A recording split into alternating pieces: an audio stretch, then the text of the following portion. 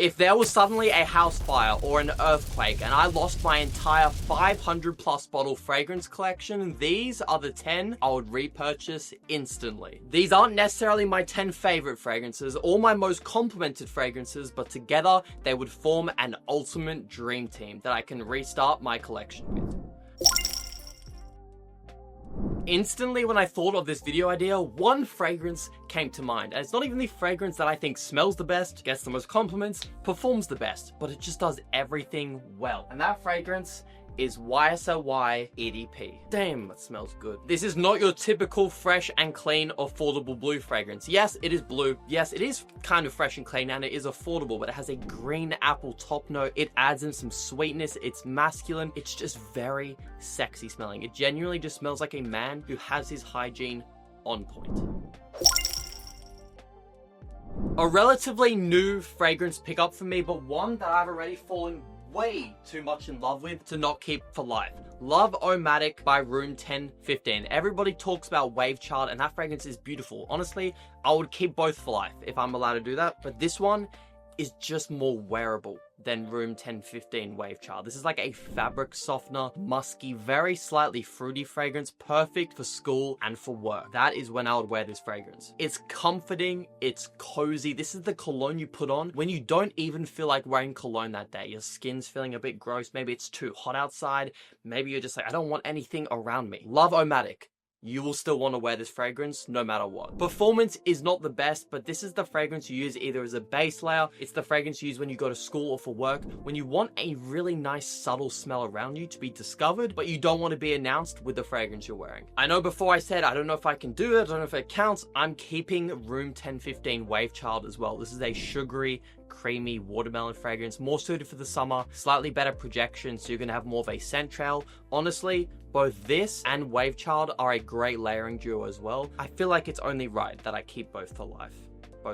Not both for life, yeah, not both for life, but both as ones that I'm gonna repurchase instantly.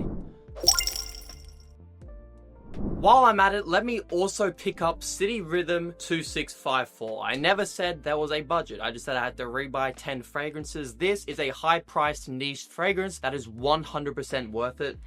It's just a beautiful vanilla, creamy white floral scent. You get some white rum, not that heavy rum that you might find in, something like Replica Jazz Club, but a white, sexy Caribbean rum. It has some really nice coconut as well, but it doesn't come across too sunscreeny, maybe a little bit in the dry down, but I kind of like those slightly sunscreeny scents. It's very unisex. It just makes me want to go on a holiday to a tropical island. It's sexy, great projection, decent longevity around that 6 to 7 hour mark. It's a fantastic, unique summer scent.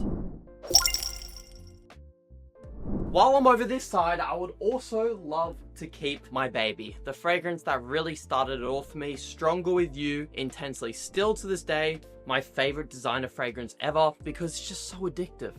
The vanilla is so well done. You get some caramel, some cinnamon, a lot of cinnamon actually. It reminds me of Christmas time, the holiday season, cozied up. Although in Australia, during Christmas, it's pretty dang hot outside. But still, when I think of Christmas, I still do think of, cozying up by the fireplace, watching a Christmas movie. This is the fragrance I would wear in that exact scenario. It's my girlfriend's favorite scent in my entire collection. So of course, I wear this a bunch, but not even just for her, respectfully. I wear it a bit for her, but honestly, I wear it for myself. It makes me feel confident.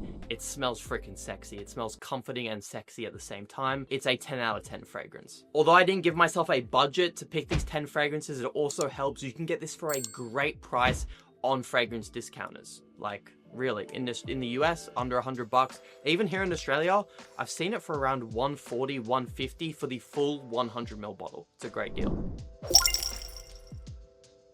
Speaking of super freaking sexy and 10 out of 10 cinnamon heavy winter fragrances, there is another one that fits into this category that I would instantly repurchase. And sure, you might say, well, if you already have Strong With You Intensely, choosing this fragrance too doesn't really make sense.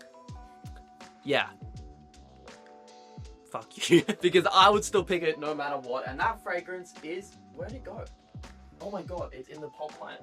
It's here. It's in the pot plant. Parfums de Marly Oajan. Man, I don't know why it doesn't get me a lot of compliments, but but it smells freaking phenomenal. To me, it smells like a toasted Cinnabon. You know those ones with like the glazed sauce, the cinnamon taste, really sweet and edible. It's basically like that, but with some kind of like masculine, dark, boozy element added into it. It is edible, it is gourmand, but in my opinion, it still comes across very masculine because of like that kind of toasted, almost like burnt smell that does come across a bit boozy. There's no booze in listed notes of this fragrance. There's honey, vanilla, benzoin.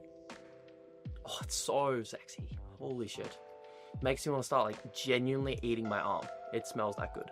Compliment wise, I know because a lot of you guys care about what fragrance could get me the most compliments. Personally, from experience, Strong With You Intensely, in terms of a cinnamon vanilla scent, gets me a lot more compliments than Oajan. But from a personal enjoyment standpoint, they're both right up there. They're both just so fun to wear. I love both of them. I need to rebuy them immediately. If you're not already sick of vanilla fragrances being something I talk about a lot, you are going to be after this next pick, because I am taking Nishane Ani as my next fragrance for life. The best pure masculine vanilla scent on the market right now. Oh my god. It's just pure buttery vanilla. You get bergamot on the top, which kind of gives it like a slight citrusy freshness to kind of offset the vanilla, but it's just pure vanilla at its finest. But the thing is, it's not like a heavy, sickly sweet vanilla like Stronger With You or Oajan. It sits quite light on my skin, and the bergamot definitely gives it some freshness. If you didn't know, bergamot is like a cross between a lemon and an orange. It just adds this nice kind of freshness to the top of the scent. It stops it from just going really heavy and sickly sweet. You can wear this all year round, except in the hottest days during the summertime. It's a great performer, 8 to 10 hours of longevity with soft to moderate projection. I find it lasts longer than it projects, but it's a big compliment getter. Women love the smell of Nishane Ani on guys. I promise you, even more than Strong With You. Honestly, this one is a big compliment getter, especially for being a niche fragrance. Like sometimes you find niche fragrances smell great to you because you're really into perfumes that smell weird, but other people that are normal, that aren't weird like us, don't like them. They won't give you a compliment. You will not have that issue with Nishane Ani. I can guarantee you. Another fragrance that I would buy instantly. This would probably be in the first 3 fragrances I would ever repurchase. And that fragrance is Louis Vuitton's Pacific Chill, my favorite Louis Vuitton ever made. This is a beautiful summer fragrance, very fruity, very punchy and in your face. It's one of those fragrances that just really wakes you up when you spray it. It just freaking hits you with a whole bunch of super refreshing and really realistic smelling fruits. You get an apricot note, which smells amazing, and it's pretty unique. You don't see apricot in a lot of fragrances. You get orange, you get lemon. It is just delicious. Oh man, it's edible smelling, but still perfect for the summer. It's not like a gourmand edible. It's like a fresh fruit basket, you know, like at the mums carry them around at freaking the Sunday markets. Maybe. If, I don't know. I think that's what my mom does. For how fresh it is, for how citrusy it is, it lasts a decent while, about 8 hours, with very strong projection. If you're watching this, you like the smell of it, if it sounds good to you, but you can't afford the Louis Vuitton price tag, I got a couple alternatives for you. Don't worry. The cheapest inspired by version of Pacific Chill is a Tralia Absolute Chill. This is around 33 or 34 US dollars.